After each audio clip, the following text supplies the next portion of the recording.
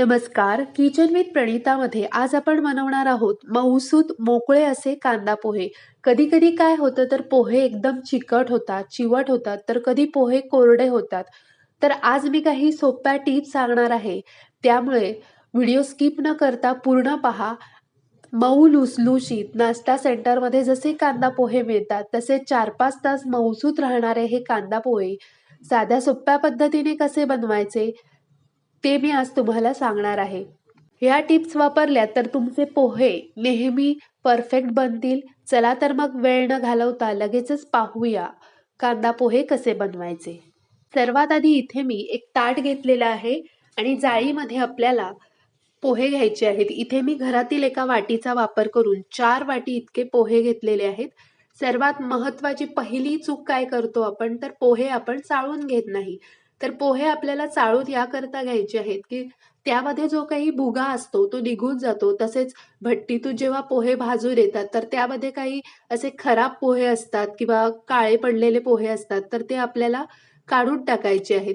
असे पोहे चाळून घेत नाहीत. त्यामुळे मग तो भुगा राहिल्यामुळे पोहे असे खूप चिकट तयार होतात. म्हणून पोहे चाळून घेणं हे फार महत्त्वाचं आहे.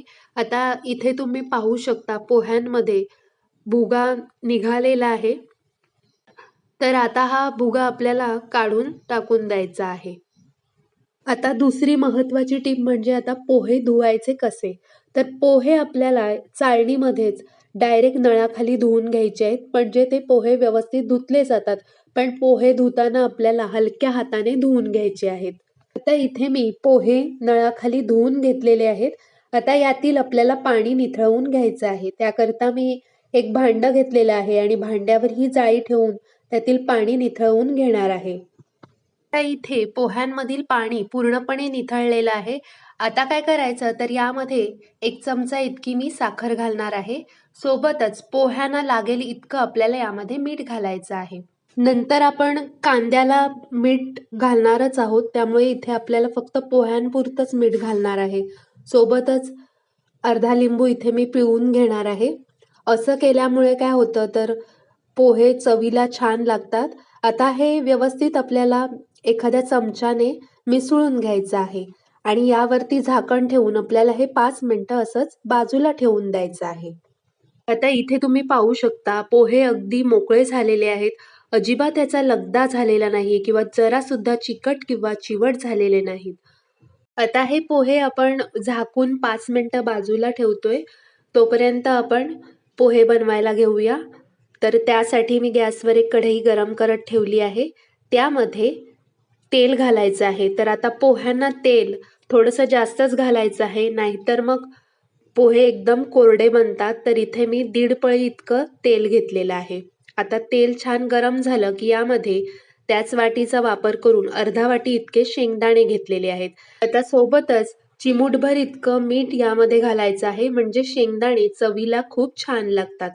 आता हलकासा रंग बदलेपर्यंत, शेंगदाणे फुटेपर्यंत आपल्याला हे छान असे तळून घ्यायचे आहेत. आता इथे शेंगदाणे छान असे तळून झालेले आहेत.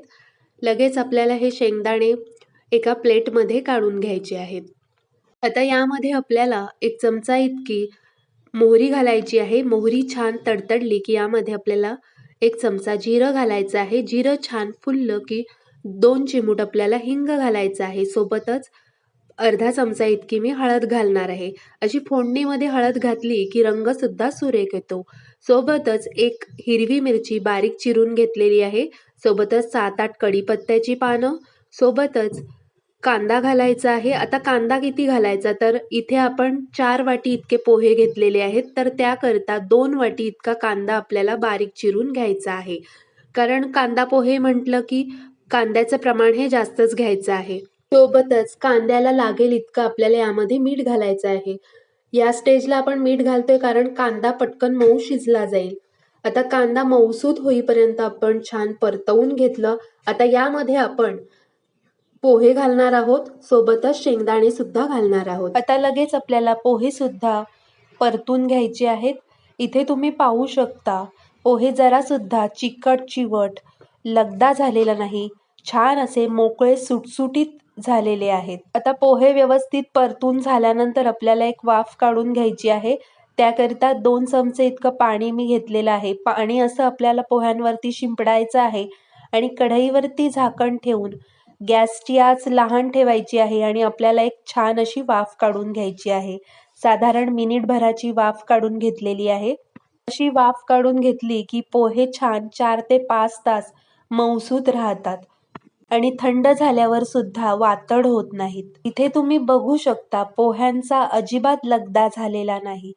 मोकळे सुटसुटीत असे हे पोहे तयार झालेले आहेत. आता हे पोहे सर्व्ह करताना यावरती ओलं खोवलेलं खोबरं, कोथिंबीर सोबतच डाळिंबाचे दाणे आणि शेव घालून हे तुम्ही पोहे सर्व्ह करू शकता. तुम्हाला माझी आजची रेसिपी कशी वाटली, थोडी तरी आवडली असेल तर प्लीज एक लाईक करा. किचन विथ प्रणिताला सबस्क्राईब केलं नसेल तर पटकन सबस्क्राईब करा. चला तर मग पुन्हा भेटूया अशाच सोप्या आणि छानशा रेसिपीमध्ये. धन्यवाद.